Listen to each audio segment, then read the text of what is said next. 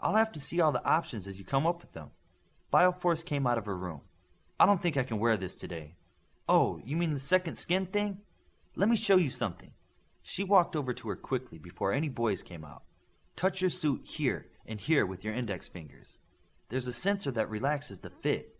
Bioforce did as she was instructed, and the suit relaxed away from her skin, and it fit like soft silk clothing. That's better. I think maybe I can wear this now. It'll protect you much more than the grays do.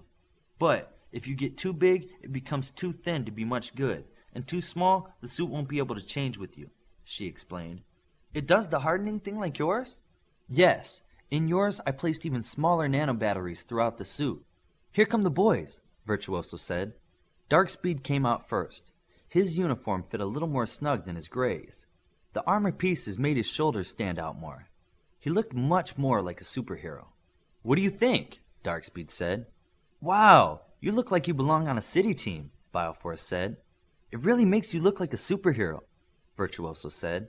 Thanks, Darkspeed said. Midas came out of his room next. Speaking as the one with only a near-miss body, will this actually save me? You know, from a bullet or explosion? If you pull your collar hood over your head, it might, she answered. Then it's the best costume I've worn since my kindergarten play. I was a pirate, Midas said. It's not a costume, it's a uniform. You heard Connors. Costumes are tools. We can call it a costume or supersuit. We all have them. That makes them uniforms, she said with conviction. Matching costumes. They stopped talking when Olympian walked out. He looked like a high-tech version of an ancient Greek soldier. With the body armor and cape, he looked truly imposing. Is this me or what? Olympian boasted. If someone else's head were on that body, it would look positively regal, Bioforce said. I'm with Hannah. If I didn't know it was you, I would think you've been a superhero for years, Virtuoso said.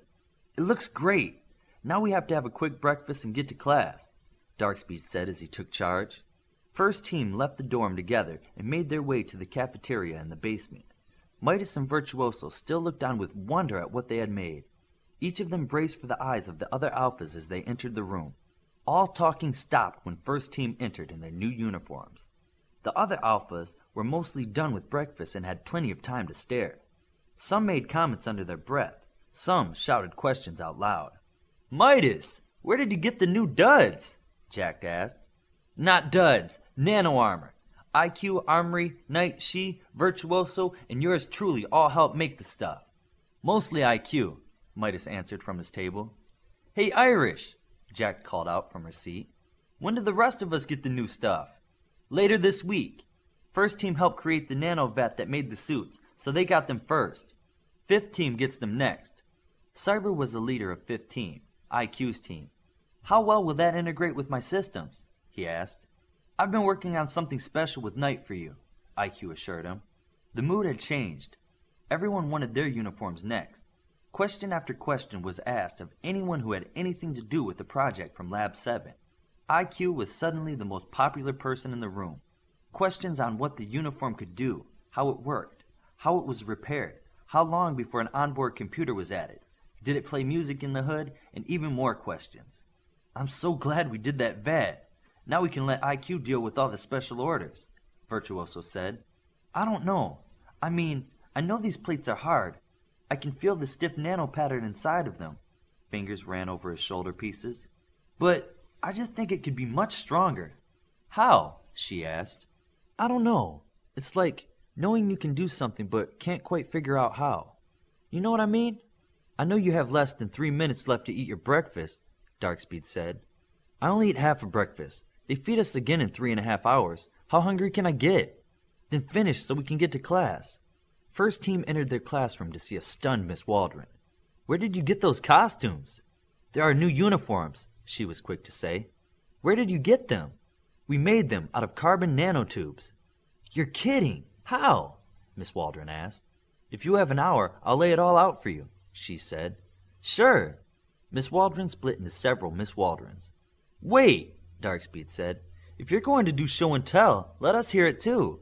We were just handed these uniforms. I'd like to know more about them. Fine, we can do show and tell, Miss Waldron said as she collapsed back into just one person. She stood on the stage and started to explain the work behind the suit. Then, how the suit was put together and challenges the team had. She explained functions and limitations of the systems and how decisions were made. Future enhancements caught everyone's attention. Everyone wanted to hear what this project would eventually end up as. After more than an hour of lecture, questions, and answers, she had shared with everyone what they wanted to know about the new uniforms. The mood seemed high up until Miss Waldron was done for the day. She informed them that they would not have homework assigned on a match night, and no further work was expected of them. After she left, they were painfully aware that Connors was not showing up. Darkspeed knew he was supposed to be the leader and get them ready for a team-on-team match. He slowly stepped up on the stage in front of the room. "I've been thinking about a strategy for our match today," Darkspeed began. "Do we know who we're facing?" she asked. "No, we don't." "Could Virtuoso find out?" "Sure, give me a minute," Virtuoso answered. "No, if we're not supposed to know, we shouldn't cheat," Olympian said firm. "It's not cheating. They recruited me as a mind reader. Think about it," Virtuoso shot back. "Connors would have told us if we were supposed to know." "Oh, please. Have you noticed how many things he's not told us because he wanted us to figure it out for ourselves?" she said. "Hey, up here. I'm leader, remember?" Darkspeed said. "We face whatever team we face with the same strategy. We are the most powerful team. We just need to match our counterparts one-on-one." "What about me?" Midas said. "I can only take half the anchors. The other half can take me out." "Stay close to Olympian and I. We'll take up your slack." "Yeah, Squirt. Stay close and we'll keep you safe," Olympian said. "I am big for my age, you know," Midas said. "You mean big for a red shirt?" "Listen, Meteor Puncher. Without me, you'd still be living in a concrete bunker, let alone the palace we have now. Let's see how you do in combat today." Olympian ended with that and looked forward to Darkspeed. "Olympian, you're not helping. We need to be a team today. If one of us needs help, we need to work together." Darkspeed went on for some time about how each of them should match whatever their counterpart was, how they should look out for each other. He even tried to say something inspiring about teamwork. Just before the end of class, the door opened and Connors entered. He walked straight to the stage. "Darkspeed, take a seat." He looked for a moment at the new uniforms, but tried not to let it distract him from his task at hand. Darkspeed blinked to his seat. "Are we ready to go?" "Not yet.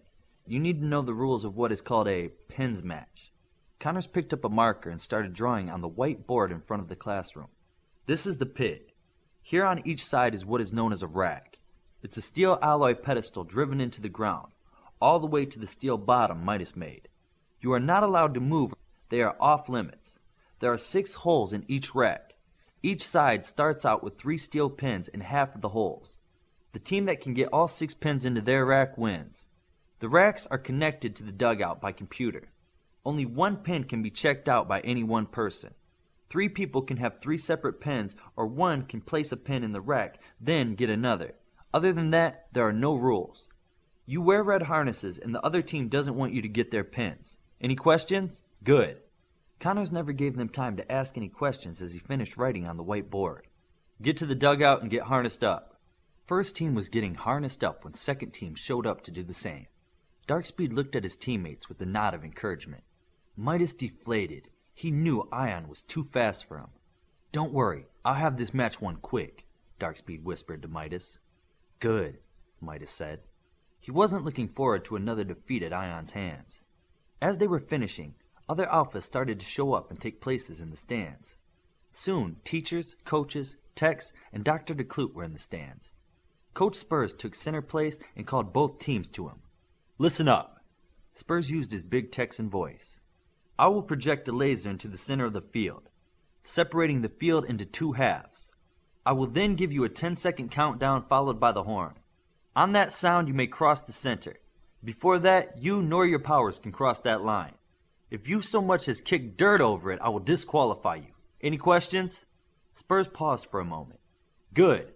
First team on my right, second team on my left."